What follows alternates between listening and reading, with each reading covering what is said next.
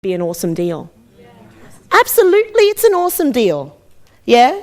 But if you didn't know how much money they were making on it, you just don't know how much more you could have gotten off. Does that make sense? So they're selling to us for $1, but they're making money somewhere. Now, who's in an industry that produces some kind of item or product and does wholesale? Yes? What do you do? I work for Mars, as in Mars Bars. Mars Bars. Mars is in Mars Bars. Okay. And do you wholesale and sell these products out to retailers? Yes, Woolworths, Coles. Okay. How much percentage profit does your company make on the product? It's probably some of the better performing ones would be about 15 to 20%. 15 to 20%. Yep. Okay. That's not too bad. I was expecting a lot more. Who was expecting a bit more? Yeah, Coles and Woolworths make it really hard. Coles and Woolworths make it really hard? Yeah. Anyone else in a yes, sir? Manufacture wind socks. You manufacture wind socks. Okay, great. How much profit do you make on the wind socks? Double our cost. Double, so 100%. Yeah. So if someone offered you a product and you got 25% off or 30% off, you'd think, fabulous. Yeah? But you didn't know that he made 100% profit on it. If you knew, would you be able to negotiate a better deal? Yes. Yeah. Okay, great. So, with examples of this Coke, if we did not know how much these wholesalers were making, we had no knowledge about that, then we wouldn't know how to go a step further and go straight to the manufacturers who produce this thing and sell it for 50 cents each.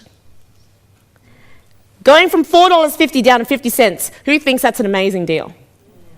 Now, at that price, would you be finding other people to sell this to? And would you be charging $2 each to everything you send? Absolutely. And are they still getting a good deal? Yes. Absolutely, they're getting a good deal. You're not ripping them off. You did all the work. You did all the research. You found out all the information. And you created that relationship with the manufacturer. Does that make sense? Yes. So it's the same for property. If you understand the product cycle, if you understand how these properties come about and what goes into it, you will have more power to be able to create more profit. All right? What's even better? What if I ordered 10,000 units of Coke to distribute to some music festival or other? I charged everyone $2 each when other people would have charged them $4.50. And I told Coke, well, I don't want to pay you right now. I want to pay you later for that. Is that okay? So I didn't have to put my own money in to buy the Coke in the first place. I just needed to sell it. And then with the profits I made, I paid Coke back. Who thinks that would be fabulous? You can do this with property. Believe it or not. It can be done. It's done every day. I'm going to show you how to do that. So putting the deal together is the money. This is where the money's created. It's not in the bricklaying. It's not in the construction. It's not in the painting of the walls. It's in putting the deal together so you know when to sell, what to sell it for, and understanding the process. Does that make sense? So you've got to become the property connector, or the deal maker is the connector. You find out what people want and need, you find the product that they're looking for, and you introduce them. It's as simple as that.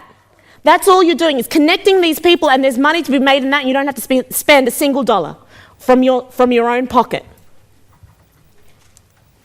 Okay, so here are the 7 main steps for property development. First is to find a site.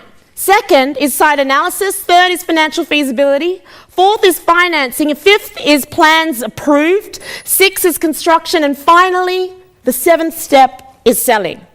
You can make money from every single step of this process. This is the product process for property. The product cycle, rather, for property. Every single step, there's a buck to be made, if not millions of bucks to be made. You just have to understand it. So pick your step and start making some money. Now let's go through the steps in a little bit more detail. The first one is finding a site. Now, to find a site for development, you need the right tools. Now, a lot of these tools can come to you for free. All you need is a little bit of brains, a little bit of creativity, and a lot of enthusiasm. Have you got that? Yes. Excellent, excellent. So how do we find sites? Well, the typical thing is to look the sites up in the paper. But I'm telling you now, don't go to Domain, okay? You've got to go to the commercial business section of the paper, okay? And that's probably the place where many amateurs don't look. It's in the commercial section of the paper, the business section of the paper, and you'll see a whole load of property developments up for advertisement. You'll see a whole load of people advertising on there saying developments wanted. All it takes for you to make money from site finding is picking up the phone and calling each of them and finding out what they've got. That's all it is. Pick up the phone, call each of them, find out what have you got, what's selling, what can be done on that property, do you know? How much is it for? When do they want to sell it by? What are the circumstances of the vendor that's selling it? That's all it is. All you're doing is paying for the phone calls. Because if you get a site together that seems somewhat interesting, you are then able to on-sell that to a developer that is interested. Because I'm telling you now, most developers do not have the time to look for sites. I know a ton of them. And none of them have the time to look for sites because they're too busy developing. But here's the thing with developers. If they don't continue to develop, their money stops. Does that make sense? So they're always getting other people to look for sites for them. And on an average example, you can get paid $35,000 on a low-end example just by finding a site.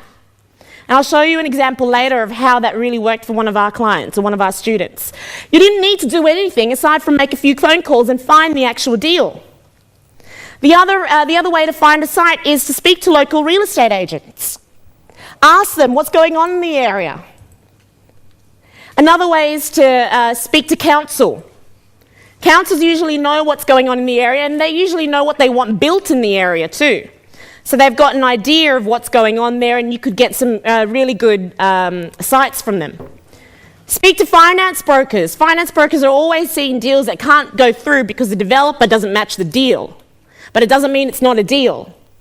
So finance brokers might be able to give you a lead to a deal that you would like, that you could on-sell to someone else. Yeah? Look things up on RP data. That's a fantastic way of finding sites. Most of these are cheap and easy for you to do. Now, the cheapest way and one of the best ways to find sites is to use these two things. Your legs. Go out, go for a walk. I bet you will go home and you'll find many, many sites. Development sites, things that have potential to be built up, things that have potential to become more than what it already is. And the reason why you've not noticed it before is because you weren't looking. You know, it's that old thing that when you buy a car, let's say you buy a Mazda 3, and this is your first car, your first Mazda 3, and as soon as you buy it, you notice every other person has Mazda 3s. Does that make sense? Because you were looking for it, you became aware of it. It's the same for property. If you start looking, you will find them. Now, you might be thinking, okay, I'll be finding them. So am I looking for vacant blocks of land or what? Or houses that are about to fall over? No. What you're looking for, well, yes, you are, sorry. But also what you're looking for is, you know, when you walk down a street and you see, let's say, a fibre house or 2 or 3 fibre houses, and they're sandwiched between 2 or 3 unit developments. Yeah, do you see those? It means that in that same street, they have the potential to put up units. So those 3 houses and blocks of lands could be units. They could multiply their purpose. So that's one way of looking at things. So walk down the street, look at the street and go and find out, okay, well, what's going on here? Sometimes you'll also find 2-story houses, let's say, or no, a 1-story house sandwiched between 2 2-story houses. Yeah? That gives you an idea that there's the development potential for that 1 single-story house to be recreated into a 2-story house and create more value. Does that make sense? Get out there. Walk, start looking. There are thousands of these opportunities right at your doorstep, I guarantee you. I absolutely guarantee you. As soon as your eyes are open, you'll be finding them. And it's as simple as that. Find out what those properties are, look them up on RP data, or ask local real estate agents or ask the council about them. Then you could then use that site and on-sell it to someone who's interested in developing and make money like that. That's all you had to do. Does that sound good? Yes. Yay. All right. Here's another way you can, I did mention earlier, you can go to council. There's maps and plans here. These are examples of it. So if you go to council and find out what can go on in the area, they'll be able to tell you, and you'll be able to find the properties that in those areas are sort of outdated and have the opportunity for more potential.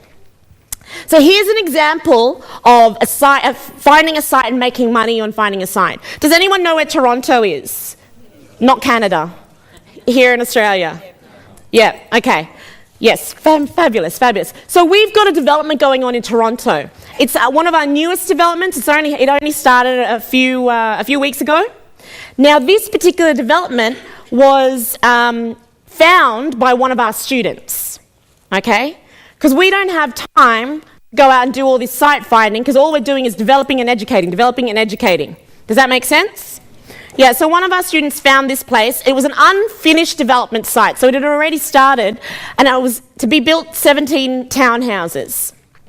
Like I said, it was found by our student. 10 of those townhouses are already built. 7 are incomplete.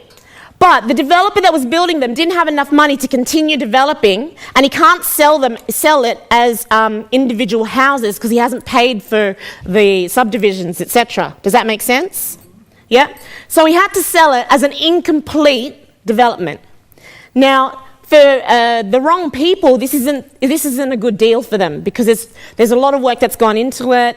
It costs a lot of money to get into, because we've got to come in halfway, we've got to get banks involved, yada, yada, yada. Our student found this site. We did the research on the property, we did the negotiations on the property. We found out that the 10 properties that are complete already are already worth $4 million. So what more would it be worth if we completed the other 7? We offered the vendor only $2.7 million. But because of his circumstances and because it was the right deal, he accepted that. And we paid our student $100,000 for finding this deal. He did not get involved. He didn't have to do anything. He found the deal for us, called us, showed us the numbers, boom, 100 grand in his bank account as soon as we bought it. Who would like an easy 100 grand? Ka-ching! Absolutely. Yes, we are here looking for sites. So if you've got sites, definitely something that you can make money on. All you need to do is start networking, start talking, and do a lot of walking. Well, not a lot, even just a little bit. Yeah? Toronto is near Newcastle in New South Wales. That's right. Okay, so the step 2 is site analysis. Now, we don't want to get to the end of construction and find out that our properties won't sell. That'd be a little bit dangerous. Would you agree? That would scare me personally. Yeah? So we want to make the right analysis on the property. We want to do the research to make sure that this property will actually sell. And the way to do this is by talking to council and making sure that the properties that you're about to build suit the area, they will be beneficial to the area, which means that it's very likely that they'll be more sellable in the area as well. Does that make sense? Yeah, so town planners do this. And town planners, if you become a property developer, they've got to be your best friend. Okay? They will tell you what's needed and wanted in that area and what's going to be the best outcome for that particular area, because that's their job. If you get it right the first time, the easier your development will be. Step 3 is the financial feasibility. Now, feasibility is all about the profits, because we're here to make money, aren't we? Yes. Absolutely. So, financial feasibility, look how short I am. You can't even see me behind this thing. And this is with heels. Cheers, Louise. Okay, I couldn't see you guys walking past there. All right, so it's all about the profits. Now, we will make more profits if we can create more usage for the property. Does that make sense? Yeah. Great. So we want to maximize the use of the property, but we'll need to use software to do this. The reason why, you can definitely do feasibility on a piece of paper and napkin and use your own common sense, but it's important that you use the right software, because software allows us to remember things that we may have forgotten, costs, fees, contingency amounts that we may have forgotten to implement. So you do need to use software to get these numbers right. Your minimum profit should be about 20%. Why? Because this is what the banks look for. Actually, that's not, I have a finance company, and I do this on an everyday basis. They will accept less, okay? But here's the thing.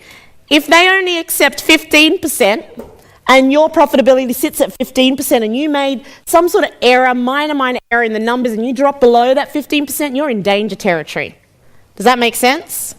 Go for 20. Make sure your profit margin is around the 20 mark, so if you drop a little bit, it's not too bad. Yeah? And lastly, how do you maximize the usage of the property to improve the feasibility? You get your architect to help you out. So you get your architect to look at the property and say, well, what can I fit on here? And they will even work out the feasibility with you and check your numbers for you. Okay? Maximize the use of the property without compromise. Why do I say that? Is because some developers decide to squeeze every single thing that they can on one development. But then you end up with all these properties that pass council guidelines, however, don't sell. Yeah? You want to make sure that you're not developing studio apartments in a rural country area. Yeah? Because people there like space, right? So you want to maximize the use of the property, but you don't want to compromise its integrity, because you want it to be a property that's going to be wonderful, it's going to sell, and of good quality. So here's an example of what I mean by maximizing the use of the property. Let's say here's your land, and this is actually an example of ones that we did. And we decided we want to build properties on there. We thought originally our plans were to have 25 dwellings. However, when we did the numbers and checked the feasibility again and again and again, 25 dwellings would mean that we would have no profit. So it's not really a deal. Yeah? But we got the architect in and said, well, what can you do? How much more can you stretch this? And he said to us, well, you can actually build 39 dwellings. But when we looked over the plans, 7 of those dwellings were going to be little studio apartments about this big. All right? And it would mean we could put more on the property, but I don't think that studio apartments about this big would sell very well. Do you? No.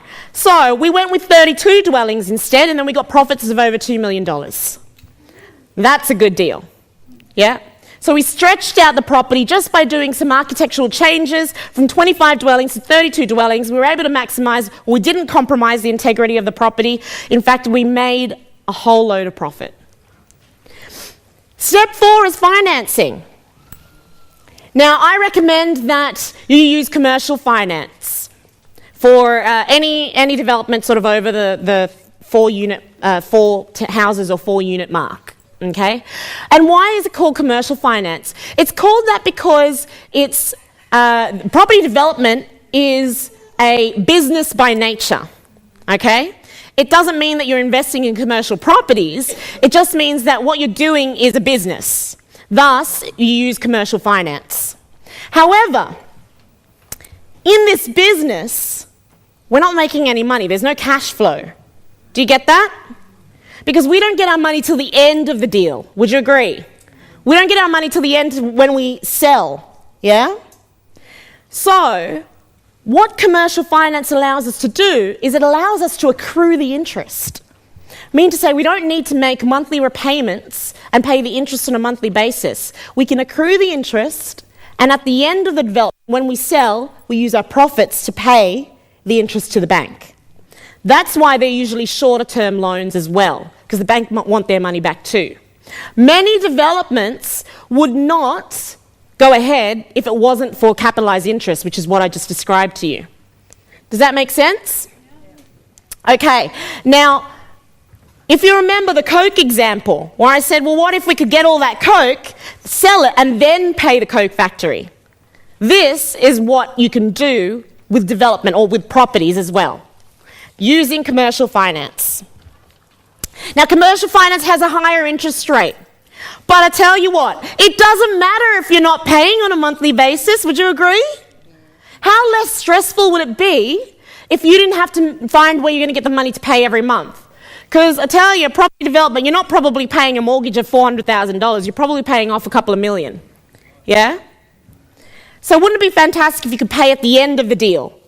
And wouldn't it be even better if you already knew you had some properties sold, so you've guaranteed that you could pay it off?